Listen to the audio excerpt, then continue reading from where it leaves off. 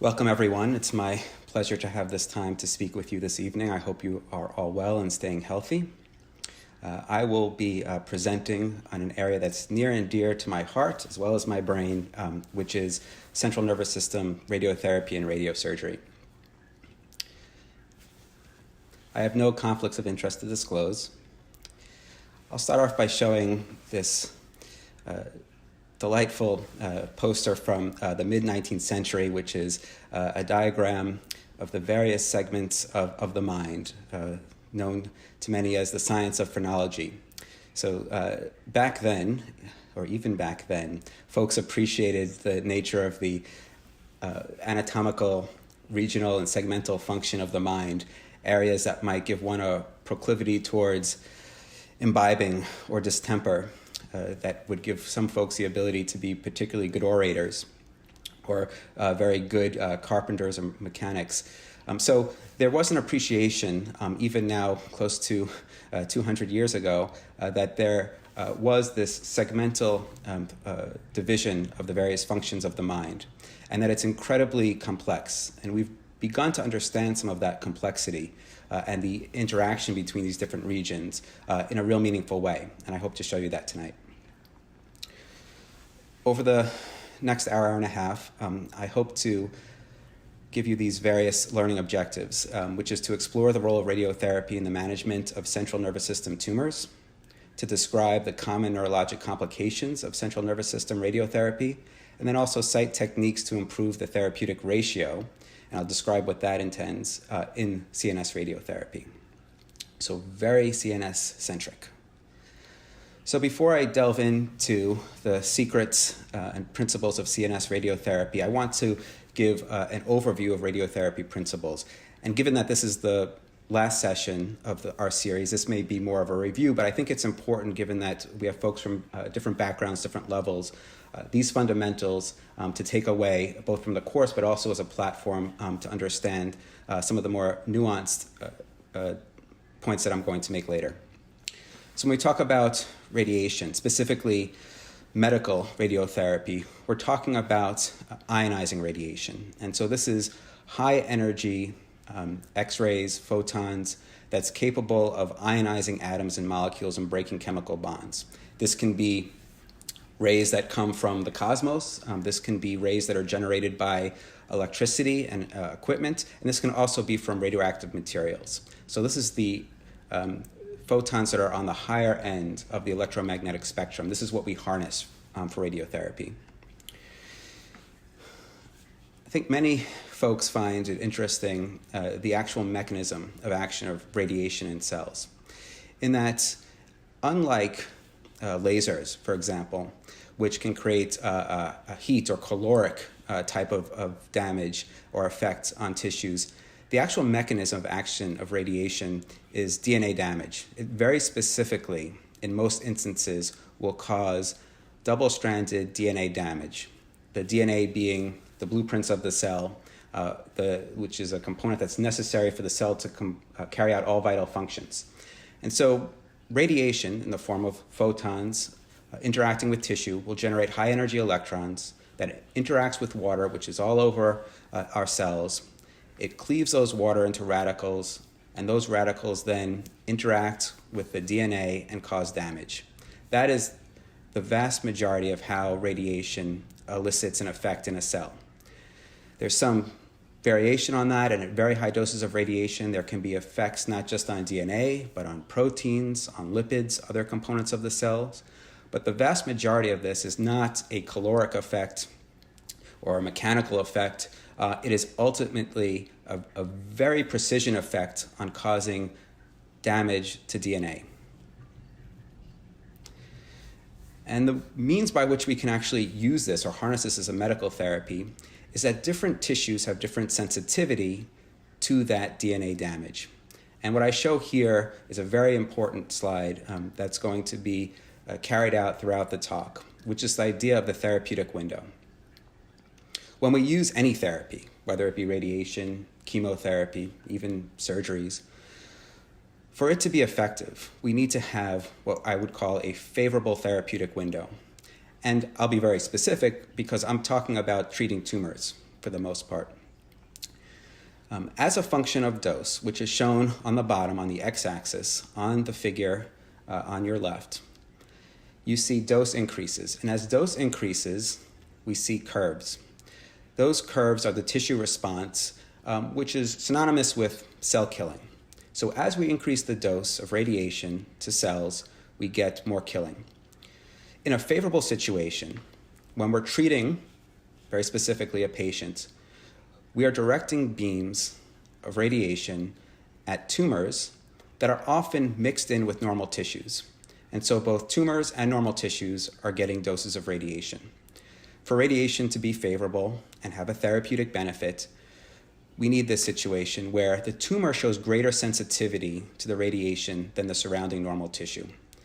Because if that's not the case, we can end up hurting normal tissue in a much more significant fashion than controlling or damaging tumors, and end up with the situation on the right. What you see on the left is as we increase dose, we start to get tumor cell killing.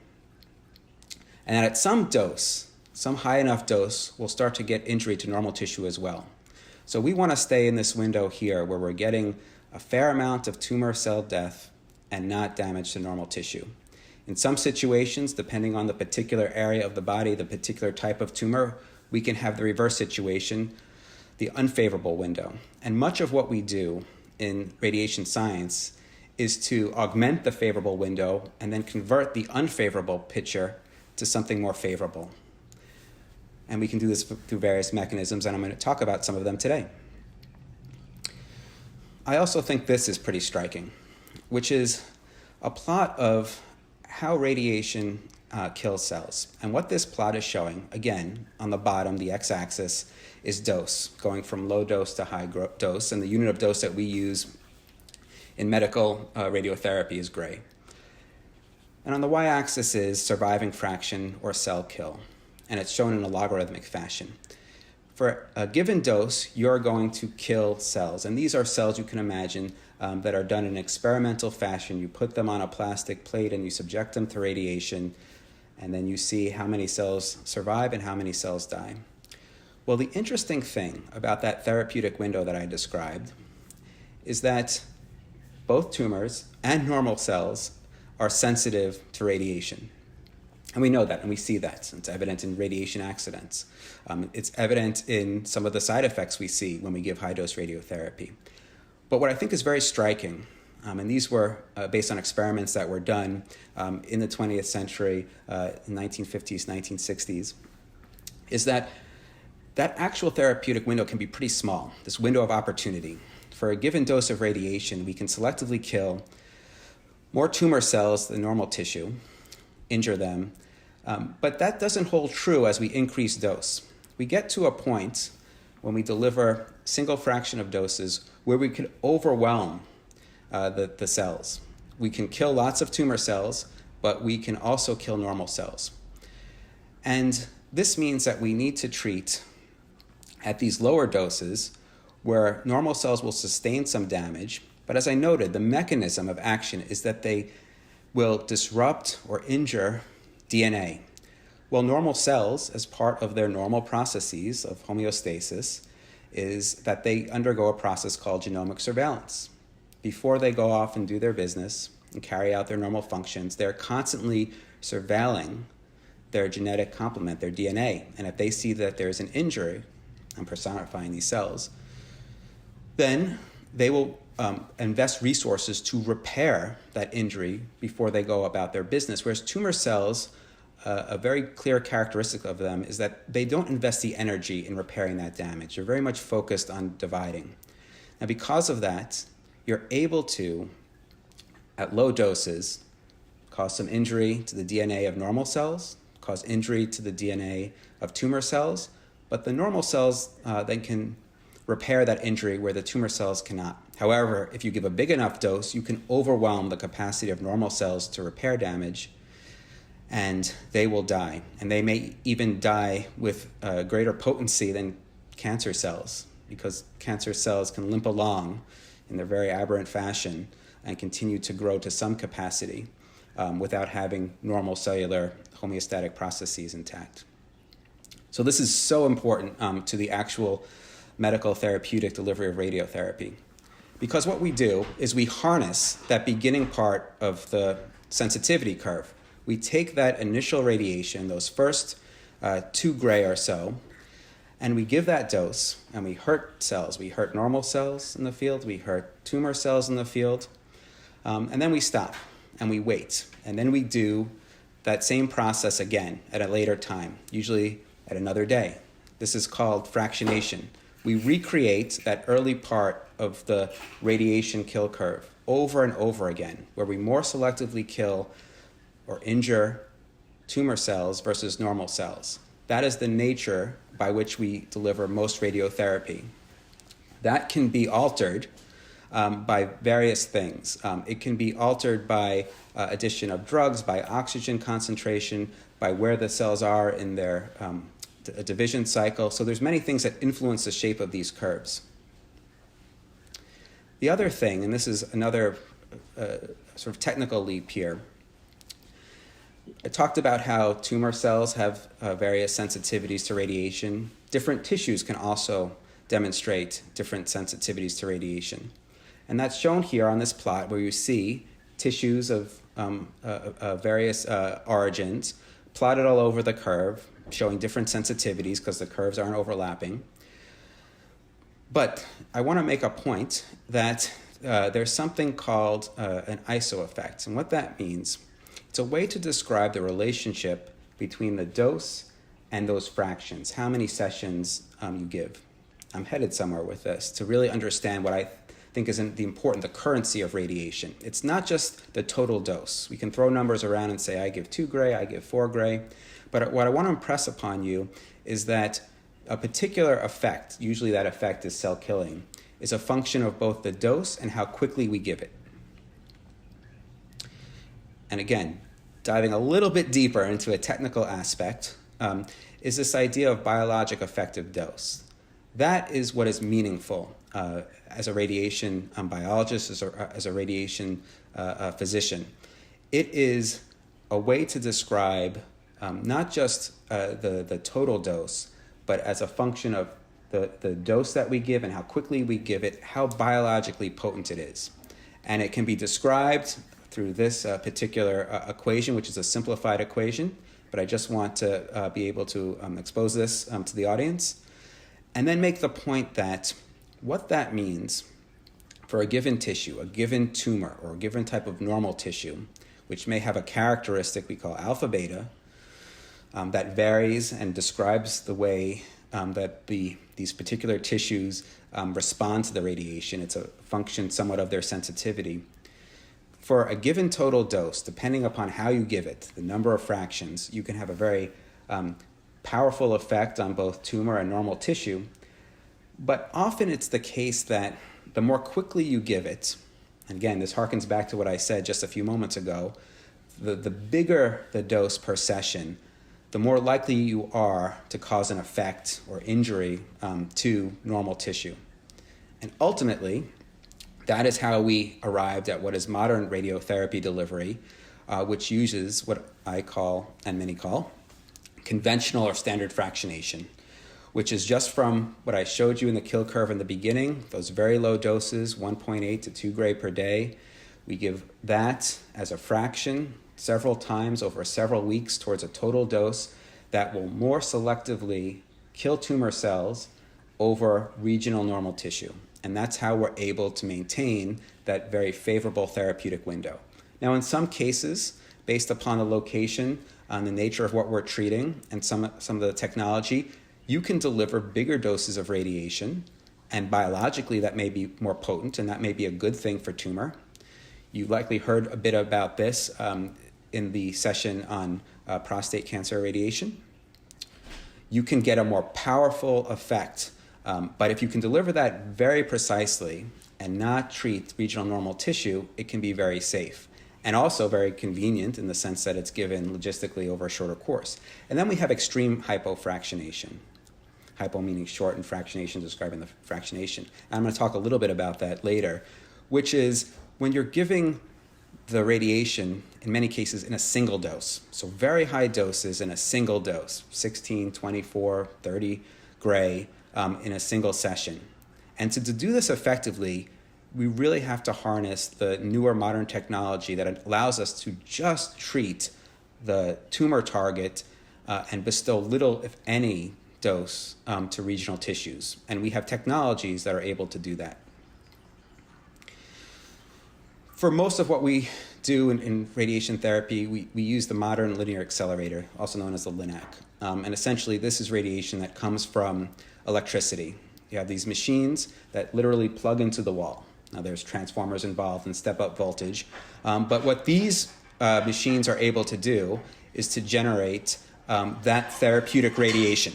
And so what they do is they energize electrons. So for those of you who are maybe slightly older in the audience, the older TVs, the cathode ray tubes would energize electrons onto a phosphorescent surface. It's somewhat similar, although a much higher energy. We accelerate electrons to very, very high speeds and energies, and then they are collimated or shaped as they exit the machine. They come out with a variety of energy as the process entails in their generation, and that's filtered, sometimes called flattened, into a homogeneous energy that can be used meaningfully in a medical fashion. And that is what is shown in these diagrams. What's interesting is that unlike other forms of radiation, we do the shaping of the radiation by using collimation. So it's like an aperture of a camera, collimation. And that shaping happens within the machine itself. So when you go to the dentist's office and you're going to get panorama x-rays, of course you'll wear a lead shield because you want to shield your thyroid and the rest of your body. The shielding for the radiation actually happens in the head or gantry of the linear accelerator. And there's these small leaflets, they're called multi-leaf collimators, and I show a figure of that looking into the head of the machine on the right, that can create various shapes and actually shapes the radiation. So patients undergoing radiotherapy don't wear lead apparatus because all of the shielding or collimation, the shaping of the radiation, happens within the head of the machine. And these little leaflets or collimators can move in and out. They're controlled with servos, and they can do this in a very sophisticated, computer-driven way to create these highly, highly nuanced, sophisticated radiotherapy plans. And I'm going to show you some of that in a moment. The last point I want to make in the Radiation 101 or review is the fact that, again, unlike a laser that's entering tissue and causing thermal damage as a function of the depth, so the most damage happens on the surface, the nature of radiation as it interacts with tissue is such that it enters tissue at a lower modest dose and then builds up within a few centimeters within the surface, and then deposits its dose at some depth. It's a function of the energy that's used. It's a function of what kind of tissue the radiation is penetrating. But what that means is that we're able to effectively deliver radiation treatment and dose anywhere in a patient in a way where possible that can frequently spare the superficial tissues that stand between the radiation machine and the target. And that's what gives us also a very powerful tool to maintain a positive therapeutic window. So, having said and reviewed that for you, we can move on to radiation therapy and management of central nervous system disease. And I say disease because much of what radiation is used is to treat tumors, but I'm going to say a few things about use of radiation to treat other conditions that are not tumors. But I started the talk by showing the phrenology diagram and making a point about the historical understanding and relevance of the various subdomains of cognition. Well, radiation therapy is actually a very well-established treatment for central nervous system tumors. And here, not as old, but back in the 1950s, a diagram or paper that was showing its utility in treating metastases, so primary tumors that shed metastases that find themselves into the brain. Radiation was very commonly used, to various doses, and actually was associated with improvements as compared to folks who did not have this treatment. So it was a meaningful treatment even 75 years ago. And what's shown on the left here is what is a very elementary isodose diagram, understanding that as radiation is coming through the various sides of a patient, this is likely a patient lying down, so showing the top of their head, looking down towards their feet. Through the presentation, you have the anterior, their forehead, essentially posterior, the back of their head, and then the sides. You can have radiation coming from all sides to try to create a dose wash or homogeneous dose through this area to reach all aspects of the brain. So what's the role of radiotherapy in management of central nervous system disease? Certainly it's evolved over the past several decades. We do commonly use radiation to treat metastatic tumors, both in the brain and the spine, but we also use this to treat primary disease. So gliomas, which are very common, both low-grade and high-grade, other central nervous system tumors known as ependymoma, germ cell tumors, medulloblastoma, and some lymphomas and leukemias can also be present in the central nervous system. But in addition to that, we can treat benign tumors and condition. Meningiomas, which are a benign tumor, generally benign tumor of the covering of the brain. Hemangiomas, which are a benign vascular type tumor. Schwannomas, which are a benign tumor covering nerves, as well as other conditions like trigeminal neuralgia, which is abnormal nerve activity, which can cause pain in the face. So there's many conditions in the modern era that we can employ radiation treatment. So what is the utility? Why is this such a great tool? Well, I would say for three principal reasons.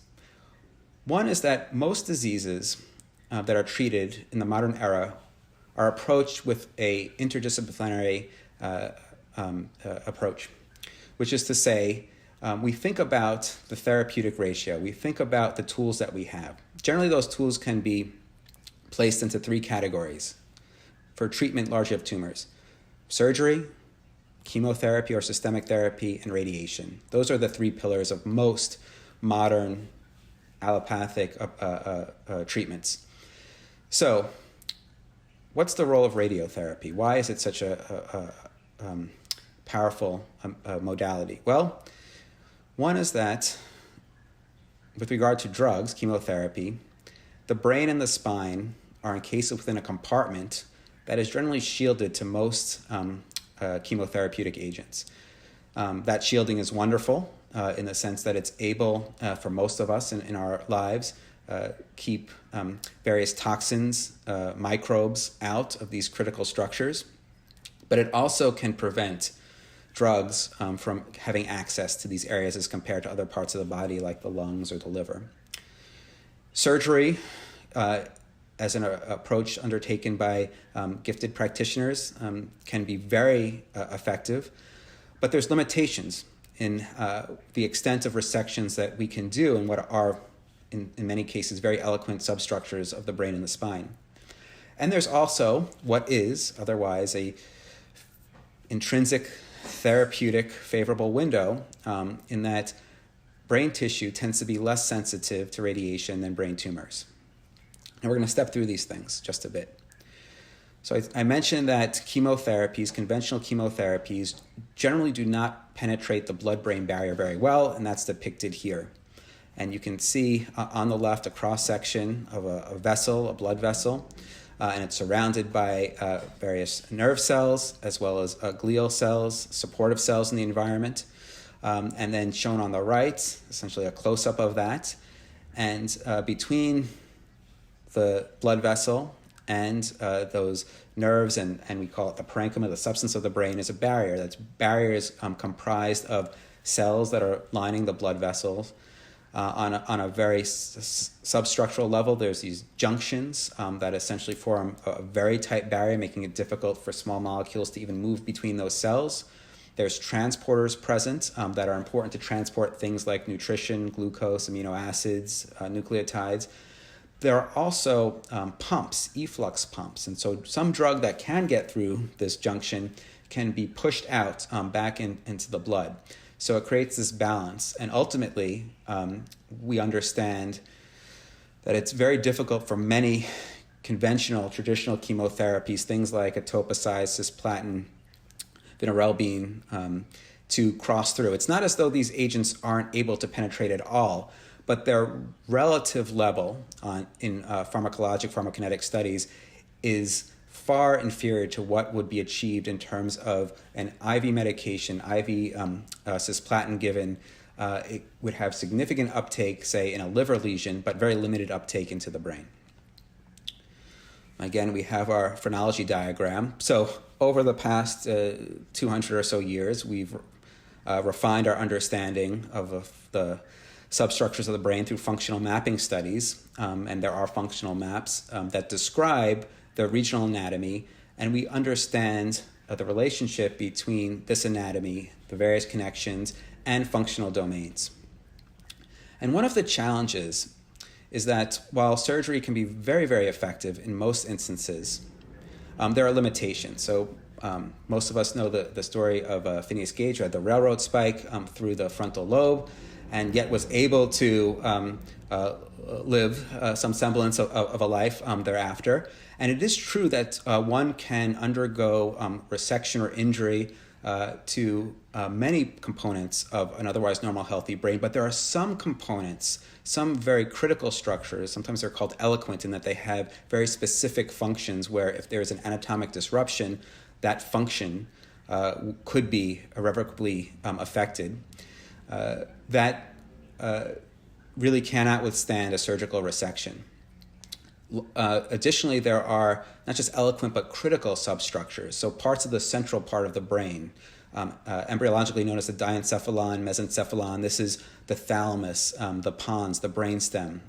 We understand very critical functions that these have in terms of basic vital functions of breathing and respiration and movement, where any injury to this area could end up sustaining a significant functional or lethal compromise. Not only that, but there are connections, very sophisticated connections, sometimes known as fascicles or tracts. And shown here is a three-dimensional rendering of a brain, left side and right side. And we're able to, rendering of these tracts, we're able to see these connections, connections between the part of the brain that receives and interprets words, and then the part of the brain that then generates words to evoke. And disruption, almost like a serial circuit, anywhere along that pathway can lead to substantial functional deficits. And so surgeons, good surgeons, are very hesitant and very thoughtful about their approach to avoid injury to these eloquent and critical substructures. In contrast, with radiation, every anatomic compartment is accessible to radiotherapy. So we can reach and we can treat and direct therapy to any part of the body. Of course, the focus here is on the brain tonight, but what you've seen is that we can use this as an adjuvant or complement to surgery. But in some cases where you have involvement of tumor in a very critical component, here shown in the brainstem in a cross section, so you can see the patient's eyes and their brain, their temporal lobes, and then their brainstem right in the middle. This is not an area that would be amenable to a surgical procedure. But with radiation, with a technique of radiation called radiosurgery, again, that extreme, fractionated, very ultrafocal radiation, we can treat this safely, and we can see shrinkage and, in many cases, resolution of those lesions. So this is part of the power of radiotherapy. Not only that, we can treat in some cases comprehensively. So shown here is treatment comprehensively to both the brain and the spine, something known as craniospinal radiation therapy. So there are some patients who have disease that's more disseminated. It's not a focal lesion, not a single spot or single spots that you can approach. CNS leukemia and lymphoma are examples of that, where the brain and the spine exist in this space that it's surrounded by the blood-brain barrier. And in that space is fluid, cerebrospinal fluid, or CSF, that keeps the buoyancy of the brain. And it also acts as a protective buffer. That's also a route for tumor to potentially spread. And for some tumor types, they have a great propensity to spread within this compartment.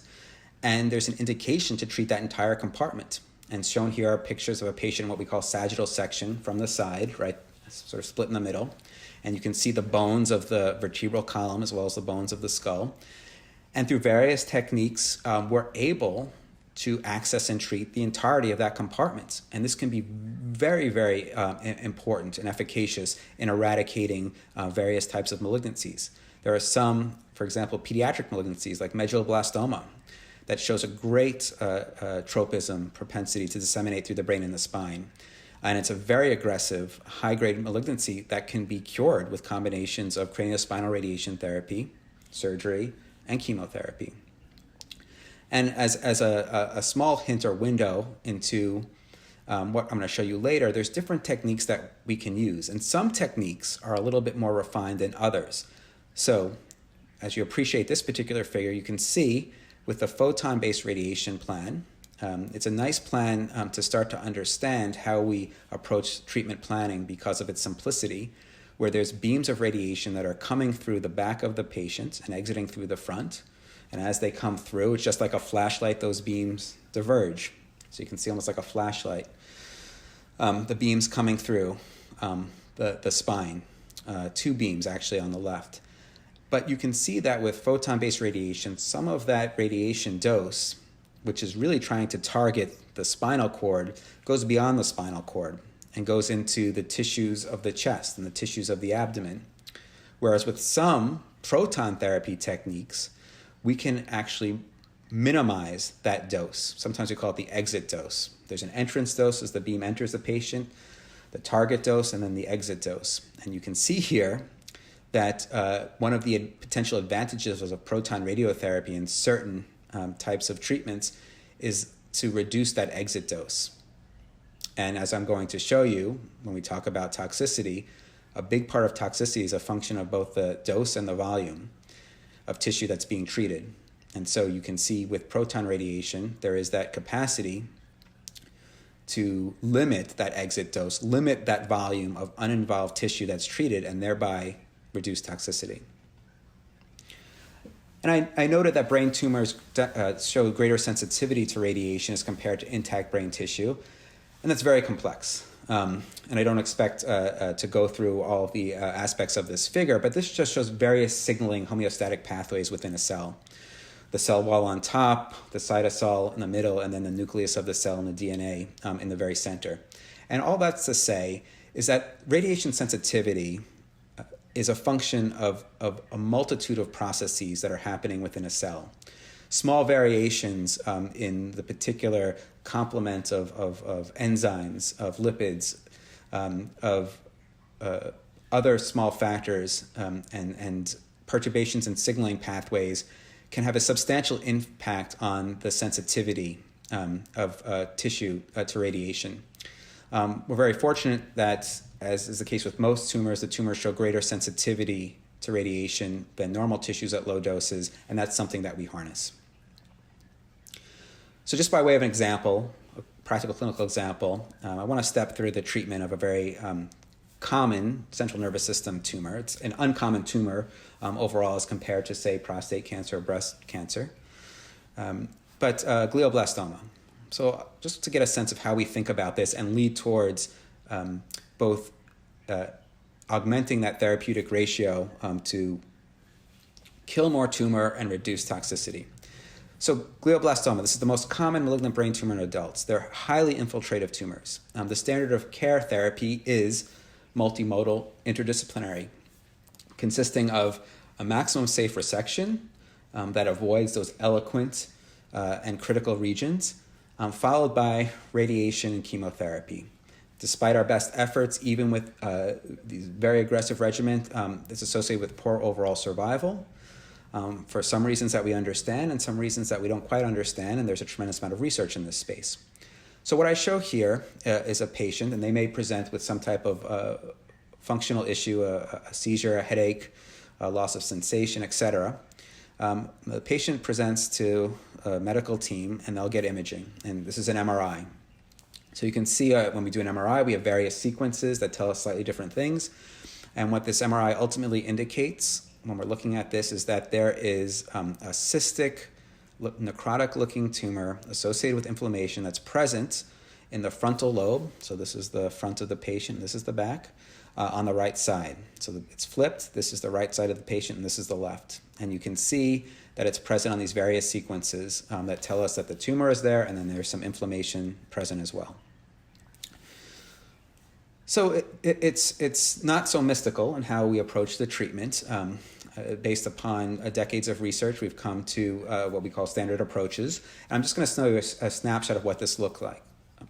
There are some nuances here, but there's guidelines that we use in the treatment approach for any type of tumor. And we recognize that using this fractionated radiotherapy is of merit, that it's better than just doing surgery or just chemotherapy alone. I don't want you to pay attention to the details of this slide. This will be present in the syllabus. But I just want to point out that there is a recognition in this standard approach that if it's possible to limit the target volume to allow less radiation to be delivered to normal brain, that may be associated with reduced toxicity. But this is still an active area of research even in this day and age. I show this slide just to speak to some of the complexity of how we approach the actual target delineation. And again, this will be available in the syllabus, but I just want to impress upon you some of the nuances involved here, and I'll step through them. Which is to say, that patient who presented, and now I have flipped it so that the tumor is now on the other side, the left side, but that patient who presents with a tumor in the frontal lobe, in the left frontal lobe, can undergo a resection. It's actually amazing. The frontal lobe is certainly in some aspects is not the most eloquent areas, and so patients can undergo vast resections, often of the frontal lobe. So the patient may have a complete resection, what we call a gross total resection. But we know with this tumor type that there may be microscopic infiltrative disease beyond what a surgeon may appreciate in the operating room, beyond what imaging, even advanced sophisticated imaging, can resolve. And we know this from studies in the past. And so after a patient would have otherwise a complete resection, they would present to the medical oncologist and radiation oncologist, and as part of the radiation treatment planning, we would delineate what we call our target volumes. And there's a multitude of volumes that we consider, one of which is the gross target volume, and that includes essentially the tumor is gone, but the surgical site. So it's sort of the surgical cavity. That's where there may be the highest concentration of residual tumor cells that weren't appreciated. But then on top of that is this clinical target volume. And what that entails is the area beyond that surgical cavity where those infiltrative, tentacle-like, invasive islands of tumor are likely present in highest concentration. And they may be at some distance from that cavity, maybe a centimeter or two. And then on top of that, there's another volume that we make, and that's an expansion of these volumes. That's called the planning target volume, recognizing that there may be some uncertainty, even with modern technologies and modern setup, and we add a little bit of margin on top of everything. But what you can see here is that we don't do it exactly in an equivocal or I call isotropic way. We have to understand how tumors grow, and that's important when we think about toxicity as well. So what I show here is the volume, and what I want to point out is that even in the presence of a tumor that's completely resected, you may end up with a substantial volume of tissue that's being treated. Now remember, in this instance, most of that tissue is normal brain tissue, just admixed with some islands of tumor, but you have to treat those islands of tumor because it's an aggressive malignancy and it can come back pretty quickly. But ultimately, this is the challenge, is that we're going to be treating both tumor as well as normal tissue with this technique. Not only that, I just showed you that this is part of the artistry of the technique, is to think about the actual functional pathways, and if we do these types of studies where we have different expert radiation oncologists delineate the target volumes, you'll get different, subtly different volumes that are delineated by these overlapping lines. But again, just appreciate in this picture of the brain how large these volumes may be. It can be quite substantial. So just historically, how did we get here?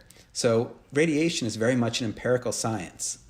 And I don't want to undermine the sophistication of some of these early studies, but it's very much like the Goldilocks approach. It's finding what's just right. So some of the early studies, some of which were done here, we would give various doses from, in this case, 45 gray, 50 gray, 55, and 60 gray, and then look at patient outcomes. And we see as a function of dose, more is better, patients do better. Okay, so if more is better, let's give a little bit more. And at some point, we reach a ceiling, a threshold, where we're not seeing any more benefit, but then we get into problems of toxicity.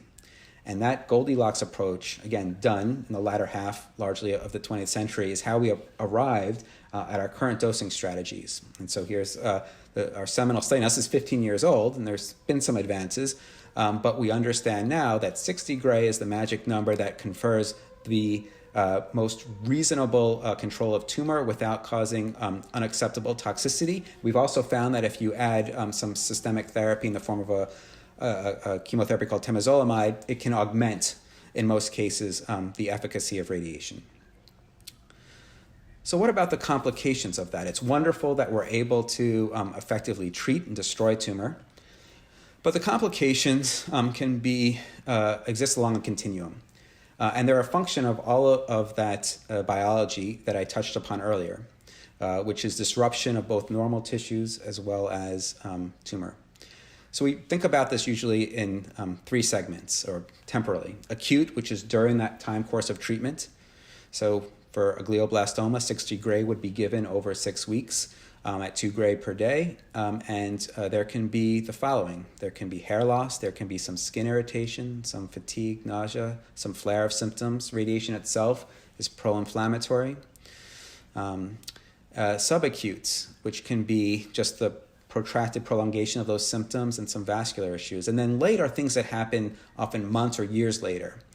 There can be vascular issues, there can be effects on neurocognition if measured. We'll talk a little bit about that, effects on hormones, as well as risk of secondary cancers. Now, many of these things are present in relatively limited risk, and many are reversible, but not everything's reversible. But a takeaway here is for all of these effects are a function of the dose that we're using, the volume, the particular nature of the tissue that we're treating. Patient age is very important. Generally, pediatric patients, developing tissues are more sensitive than adult tissues, but then also interactions with extrinsic factors, and we'll touch upon that also. So among some of the most severe sequelae of radiation can be white matter injury. So white matter, the tracts of the nerves being injured, that's shown here on the left.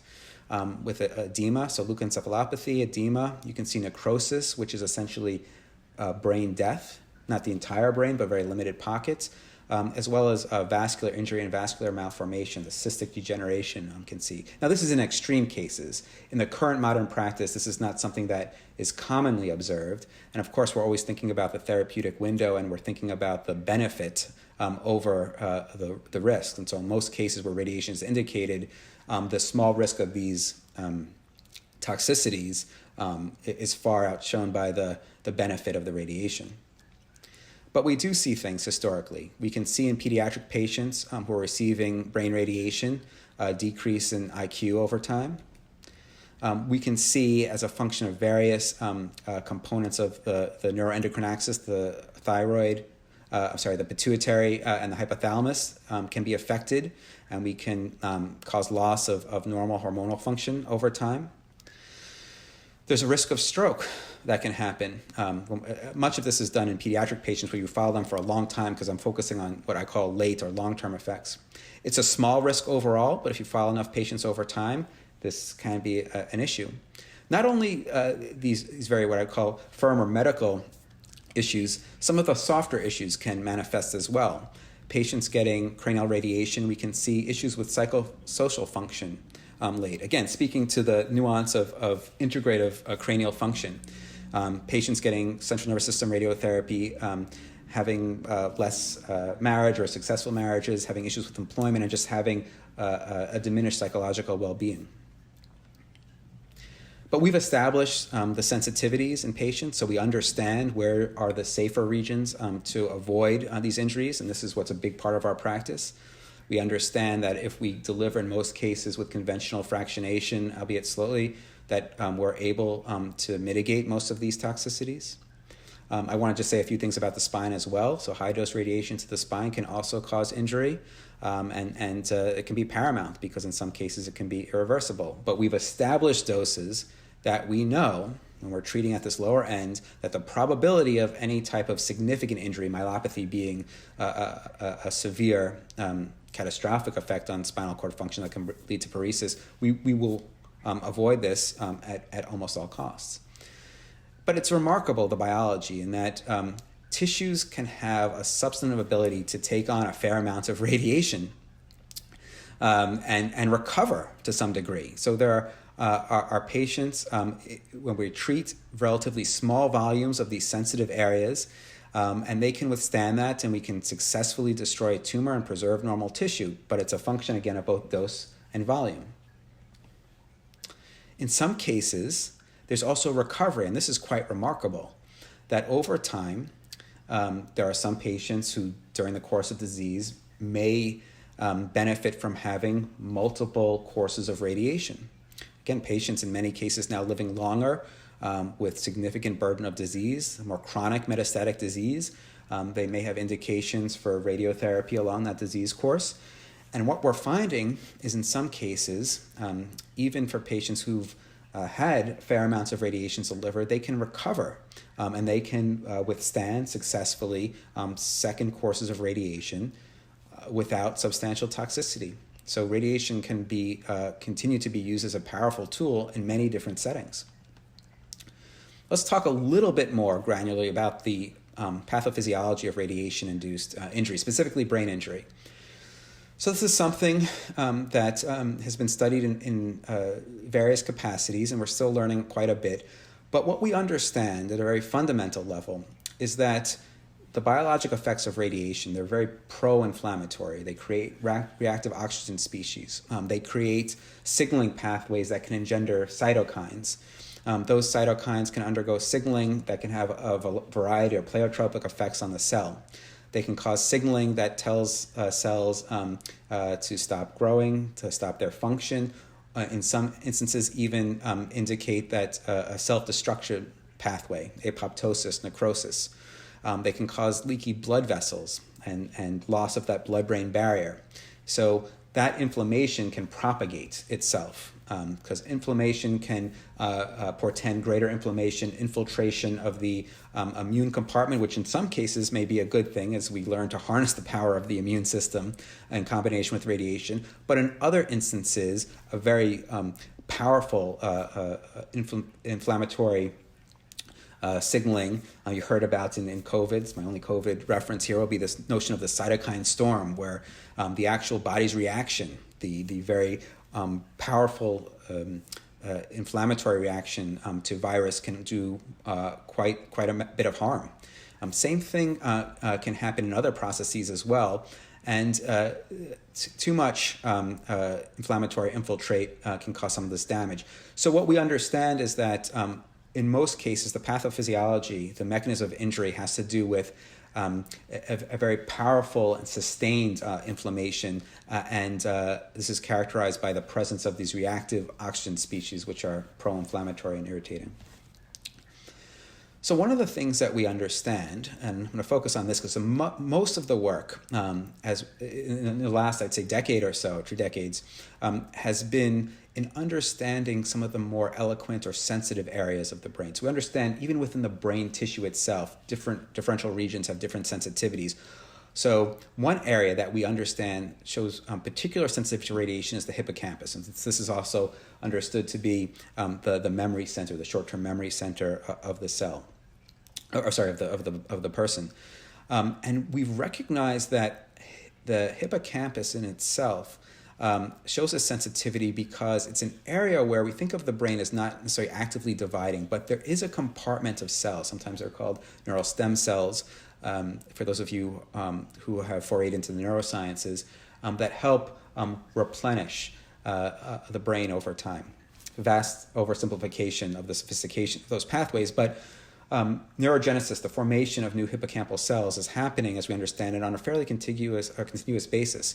An impairment of that, which may be facilitated by radiation, can subsequently lead to cognitive impairment. And there are various models that have demonstrated this. So we know that this can happen as a function of dose.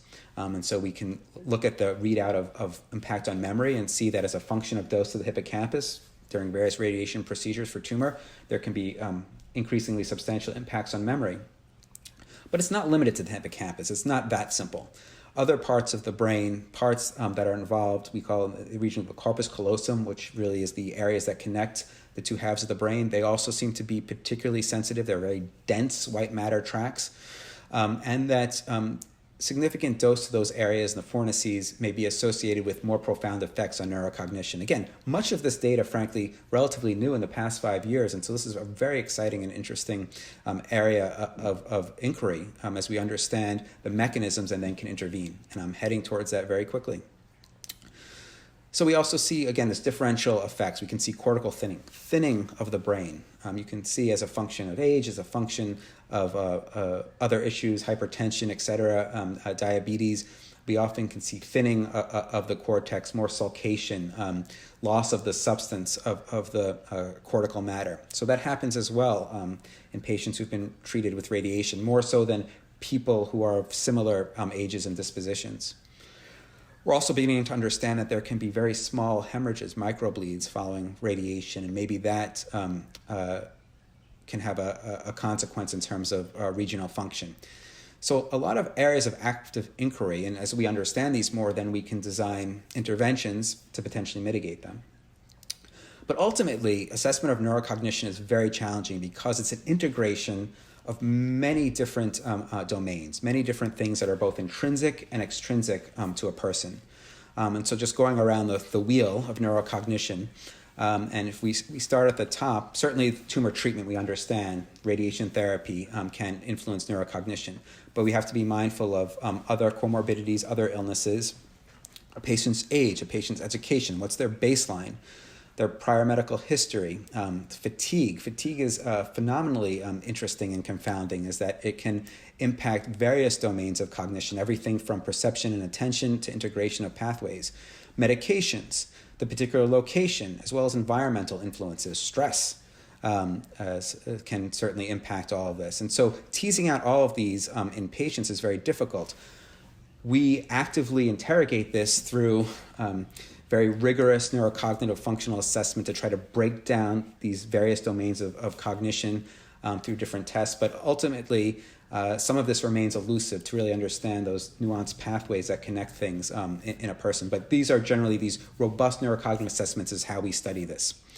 But just to point out that in many cases, when we're thinking about understanding the effects attributed to radiation on neurocognition, is that many patients who come to the clinic already have high rates of impairment due to their actual disease and disease disruption on those pathways. So it's very challenging to study.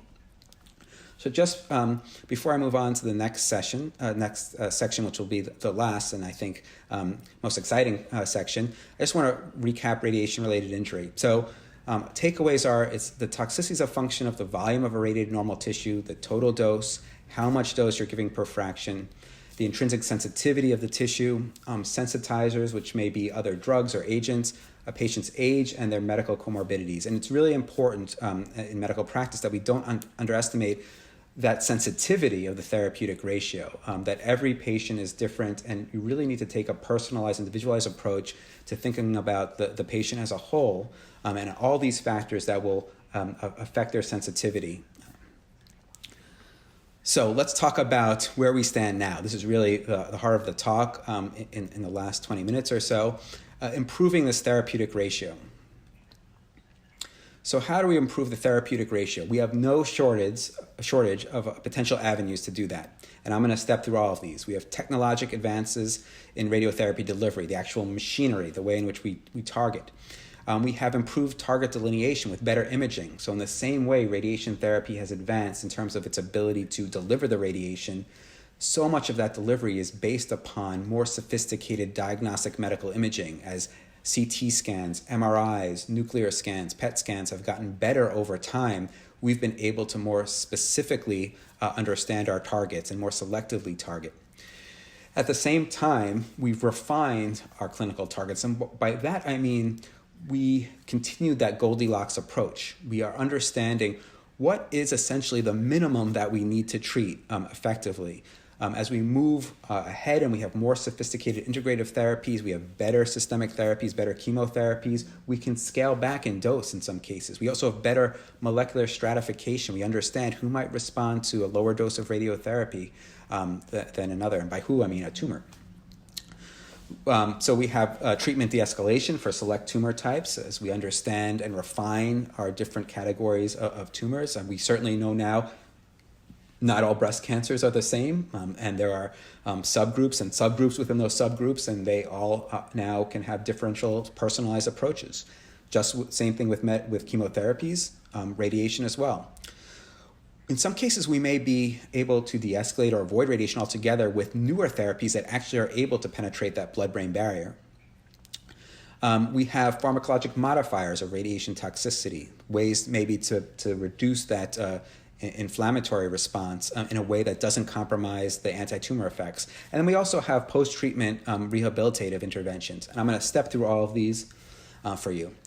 So let's talk about the technologic advances. So it's all about delivering dose where we want to deliver it within the target tissues and not within normal tissues. And so as the actual linear accelerators, the machines essentially have gotten better, the technology has gotten better, we've been able to do that with more selectivity. And so this is a depiction of a patient lying on the treatment. We call it the couch or bed. They have an immobilization mask on because it's still very basic principles. We don't want folks to move during their treatment. And in the past, we would do things with very simple beam arrangements, maybe a beam coming from the left, from the right, from the top, from the bottom.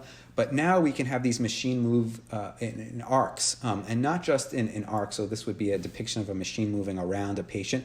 We can have it move essentially in almost 360 degrees, not through the table, but close to that. And by doing that, we can have all these little beam paths that converge at the target, and that creates much more sophisticated dose deposition plans, and that's shown here.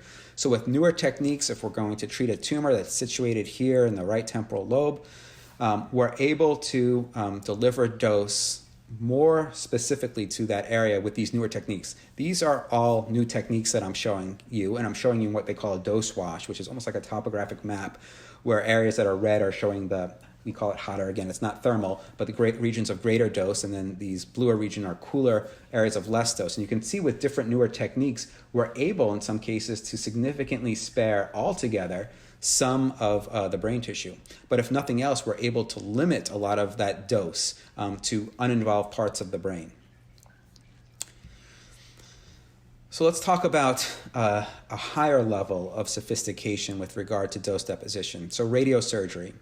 So what I was showing you before using that larger machine, we call it linear accelerator, external beam techniques, was delivering beams that were of some substance to treat targets that were of some substance or some size. But for very small targets, we can get even more sophisticated in our dose delivery and treat with radiosurgery techniques. And the reason that it's called radiosurgery, there's no surgery involved in any of this, but it has the precision of a surgical procedure and the power. So in so much as you would undertake a surgery, you are resecting tumor, you're removing it from the body. It is ablative in nature. The same is true of radiosurgery. It is an ablative form of radiation, very small targets to very high dose. And by doing that, you can essentially obliterate most small targets, most small tumors. And historically, the gamma knife, which is a technology that we use commonly here, was developed to do just that. And I show an older version of that on the left and a newer version on the right. The older version, it was designed in part by neurosurgeons who are trying to mitigate the toxicity and side effects of undertaking very heroic surgeries. And in this case, the patient would have a stereotactic head frame or a mobilization frame placed on their head to keep their head very still. And then you have 200 or so small radiation sources that are generating or emitting high energy radiation, in case gamma radiation, that's collimated or focused into a single point in space. So there's this big lead helmet here where all these radiation sources would reside, and they can be turned on or off. And when they're turned on, they would all converge at a single point in space, and we would put that target in that space. Now, we have more sophisticated technologies now that can do this more readily. It's computer driven. And so a patient could lie down on a bed and have not just a frame on, but a mask on in some cases, and go into a machine, and this machine can move in and out with different size collimators to very precisely deliver this type of radiation. And it can be used for a variety of tumors and even some benign conditions like arteriovenous malformation. So abnormal blood vessels can be targeted with this. Schwannomas, I mentioned before, trigeminal neuralgia, treating small vessels on nerves that are causing irritation of those nerves and pain syndromes. But certainly for brain metastases, malignant gliomas, meningiomas that are close to these eloquent or critical structures, pituitary tumors. So we can use all of these techniques with radiosurgery. It's not appropriate for every situation, but it can be used. And the real power of it is its ability to give ultrafocal targeting. And so there's very little dose to regional normal tissues. And that's how we can treat so effectively to high ablative doses.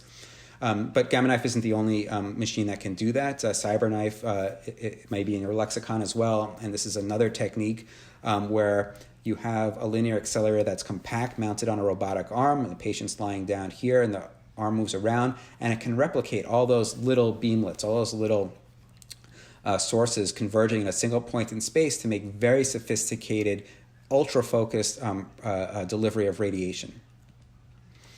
I mentioned proton radiotherapy before. I'm going to mention it again here. Proton radiotherapy, by nature of the intrinsic physical properties of the particle. So photons and protons are different in nature. Both are forms can be used therapeutically as forms of radiation. They both have that same biologic potency. So it's not as though one is more powerful than the other, but the difference is in the way in which they enter tissue and exit tissue.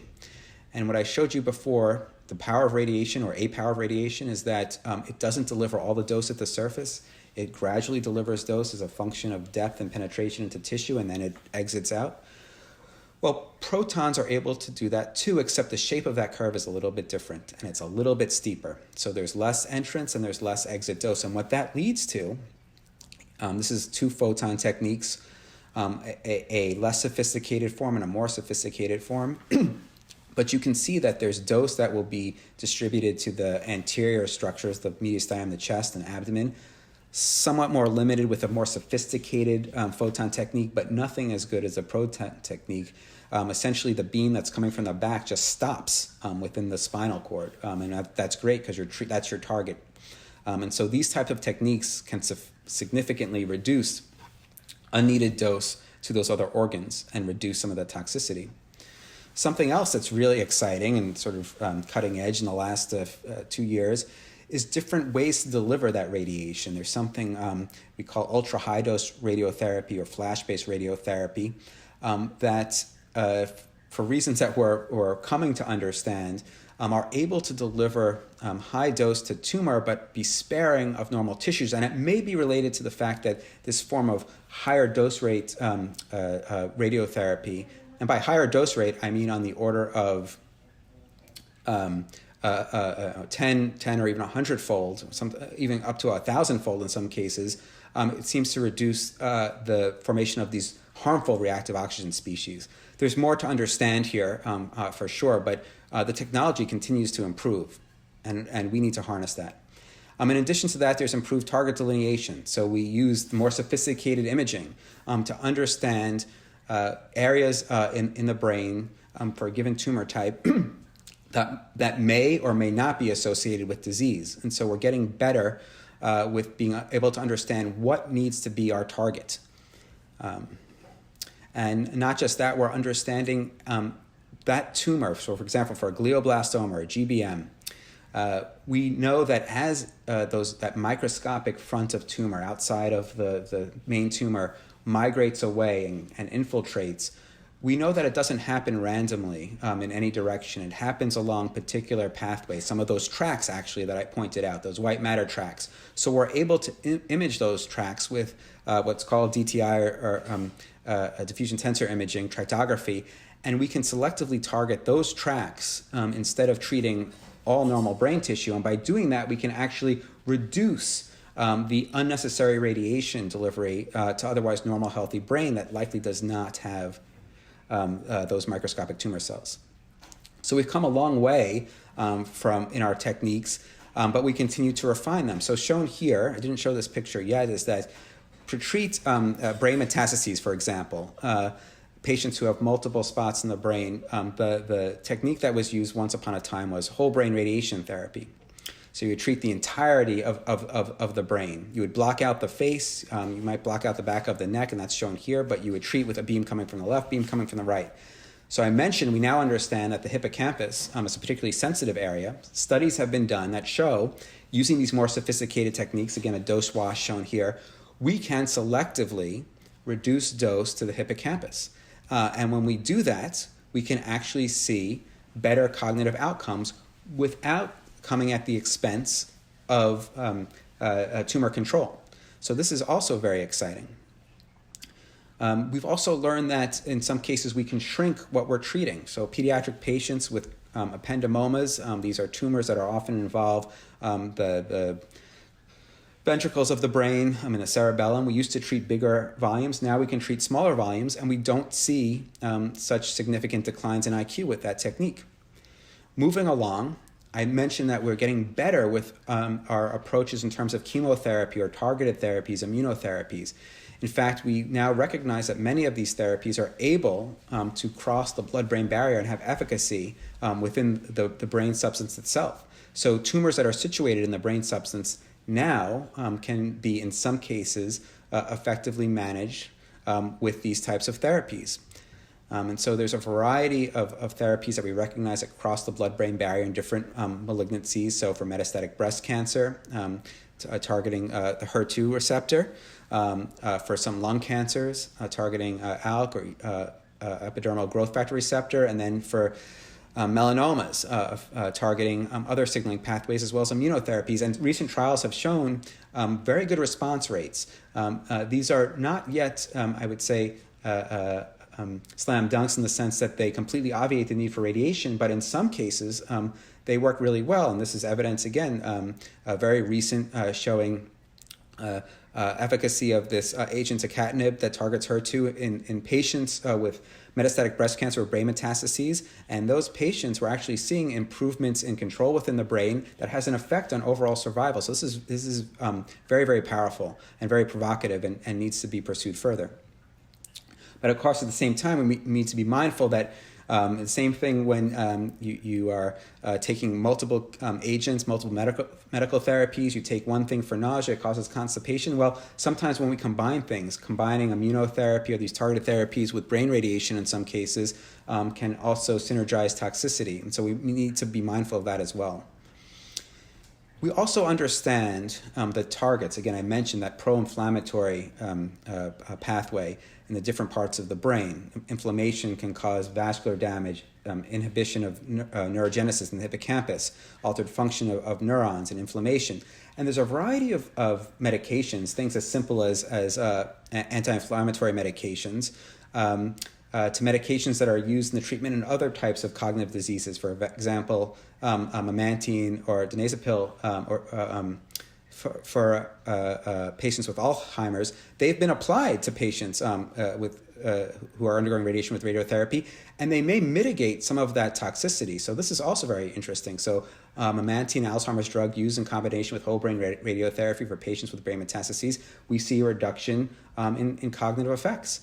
If you take that and combine that with that hippocampal avoidance, an even more profound effect. So combining these different techniques may be very powerful. Now, on the other side, after radiation therapy, we're beginning to understand that there are sophisticated rehabilitation interventions that can be undertaken. They're very personalized to understand how patients can learn to be aware of these deficits, to exercise these deficits, and in some cases to compensate for these deficits. And these studies are an active area of investigation within UCSF. And we can actually see positive effects. So patients who have undergone treatment for brain tumors, surgery and radiation, undergoing this type of cognitive rehabilitation, and we can see in select domains, executive function, verbal learning, improvements over time. So this is very meaningful. So even after the fact, after the potential injury, we can see improvements. So in summary, I've talked about central nervous system directed radiation therapy, tried to impress upon you that it's potent, that it can be durable in some cases, and largely safe for a variety of malignant and benign diseases. But when it comes to the secrets of the brain, many of them still remain a secret. And that really just speaks to the complexity of the various interacting pathways in neurocognition.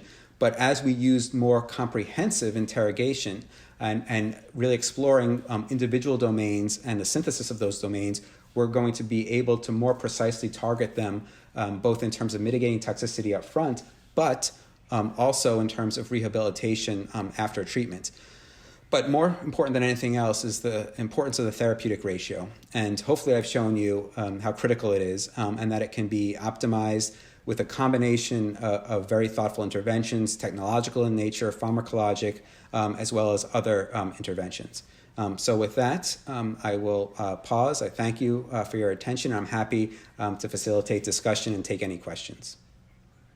Sorry if I missed it, but I was thinking it might be interesting to talk about drugs that we sometimes use to help mitigate the side effects of whole brain radiation in particular, as that often comes up in our clinical practice. Yeah, absolutely. I mean, this is an area that is a really great example of what I would consider to be modern translational science. So what I've impressed, hopefully, upon the group is many of these side effects are related to the pro-inflammatory nature of radiation. Now, that inflammation can be productive in so much as that inflammation represents destruction of tumor cells. Again, the immune system has a role in this. So the inflammation associated with tumor cell destruction that ultimately manifests signaling for immune cell infiltrate, that can be productive. Radiation can act like an in situ vaccine in some cases as it destroys tumor cells, and you have these tumor cells that look abnormal. They are tumor cell antigens in the same way there can be viral or bacterial antigens that look foreign that can manifest an immune response. And so that's a big part of what we understand to be immunotherapy, and radiation potentially augment that. Well, that's all good that's good radiation, good inflammation. The concerning pro-inflammatory radiation, when it's in excess to the point that it's causing swelling and irritation of regional structures, that can be in part mitigated with anti-inflammatories. And those anti-inflammatories can be very simple over-the-counter medications, non-steroidal anti-inflammatories, things like acetaminophen and ibuprofen, but very commonly we'll use corticosteroids as well. And those can temporarily mitigate some of that inflammation in a way that we don't think comes at the expense of actual tumor control. But what I was mentioning is this really exciting translational work. So coupling the understanding that hippocampal neurogenesis is impaired with radiation, understanding that to be a particularly sensitive area that's very exquisitely tied to memory, and then focusing efforts on mitigating dose to that area, because it's just a small substructure of the brain and an area that doesn't frequently harbor metastatic disease. And so it was used initially, this idea of hippocampal sparing was used initially to reduce those effects. But at the same time, we were doing studies using this drug memantine, which has been shown to have cognitive preservation effects in patients with dementia. But you can see that you can translate one pathophysiology to another situation. So in this case, it's not as though our patients who are treated with radiation therapy suffer from dementia, but there are some similarities. And that drug, that memantine, has been shown to show some efficacy in very specific domains. Thank you. There are now a few questions in the Q&A box. David Fisher asks, for proton radiation therapy, how are the protons delivered, or what chemical are the protons derived from? Oh, great question. So this is much more involved than external beam techniques. So the protons are actually generated through cyclotrons. And so they're generated in the same way that we would generate them for, say, or similar for PET scans. So the same way that we would generate PET-based ligands for diagnostic imaging, it requires the same level of sophisticated technology. So it's not something that plugs into the wall in the same way that a linear accelerator does. So these things can be generated from hydrogen helium sources and then accelerated. And so it's much more involved to be able to do this. And so the level of monitoring to generate medically useful protons is much higher. You need larger centers to do this. So there's only select centers throughout the country that do this right now, but the technology, like anything else, is becoming more accessible to us. Great, thank you for that. And then Minghui Liu asks, other than TCP, NTCP, or BED, are there any other parameters that can be used to study radiobiologic effects? That's also a great question. So we do a lot of these normal tissue control probability modeling. So that's what the NTCP represents, which is essentially a largely sophisticated retrospective meta-analysis approach to understand the relationship between dose and observed toxicity. So where we're moving is to get closer to surrogates of actual toxicity. So as we can understand precursors to that toxicity, we're trying to use that to generate those models. So rather than, say, have outcomes that are based on interrogation of short-term memory, we can use more advanced imaging to look at the hippocampus and look at potential precursors of injury to understand how to mitigate the effects of radiotherapy. And so it's really about now looking at surrogates, biomarkers, rather than the end outcome, which is a functional outcome. And so you're seeing more of that in a variety of situations. There are studies that are being done now to look at specifically like reactive oxygen species in treatment of brain tumors with radiation, where you can do various types of nuclear-based scans to understand what type of regional tissue injury may be happening in real time, and then potentially at some point think about how to customize a radiation plan based upon a particular patient's molecular background, their particular propensity to sustain damage. But it's really about using those markers. It's still ultimately modeling, but using markers rather than the actual outcome. Great, thank you. Ann Yang asks, what are the biggest pain points in your practice when it comes to external beam radiation to treat brain targets? How should EBRT technology improve in order to be more effective? That's a great question as well. That's also a great question. The biggest pain points,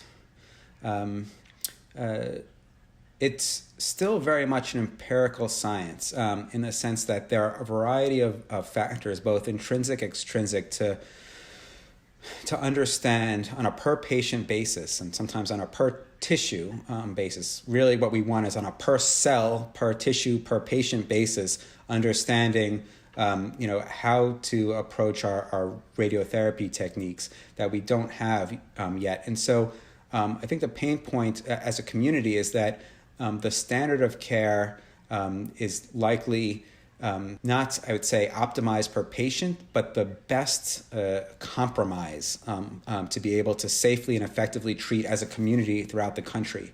And I think customization, personalization of treatment, radiotherapy should be a personalized medicine. That's how I see it. That's how we see it in practice. And understanding to get more information from a patient through molecular profiling, from modeling, from understanding their comorbidities, understanding all of those things I showed on the wheel of neurocognition, but also with regard to disease as well. Really getting granular information to be able to provide precision radiotherapy is where we need to head. And I think as a society, as a community, the frustrations are around not being able to offer that. we as an institution have sophisticated imaging modalities. Many patients are on clinical trials, but getting that access to everyone to try to work towards more precision radiotherapy, external beam radiation therapy, and other techniques, I think can be a pain point for all of us.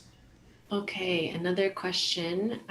For radiosurgery, what's the dose tolerance in clinical radiation dose delivery? 1%, 2%?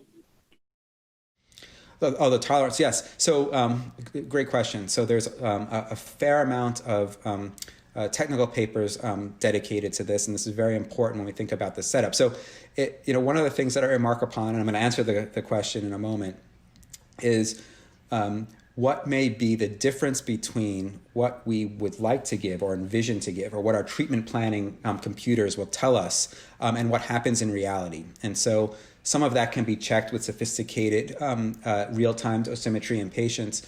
But it's a great point in that we have to respect the fact that there are tolerances, and that when we generate a radiation treatment plan, we hope that it is delivered in the way in which we have thought through it. But we also respect the fact that there's some uncertainty, and that's what you're speaking towards, is that uncertainty. There's uncertainty in geometric position, which leads to uncertainty in dose deposition.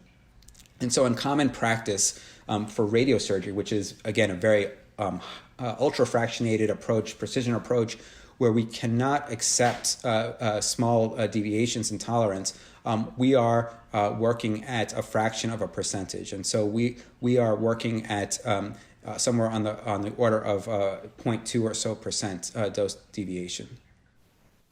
I believe we are all out of questions and just about out of time. So I think we can wrap it up. Thank you so much, Dr. Baunstein. Thank you to all of our participants for attending all of our lectures, and I hope we have a very nice holiday.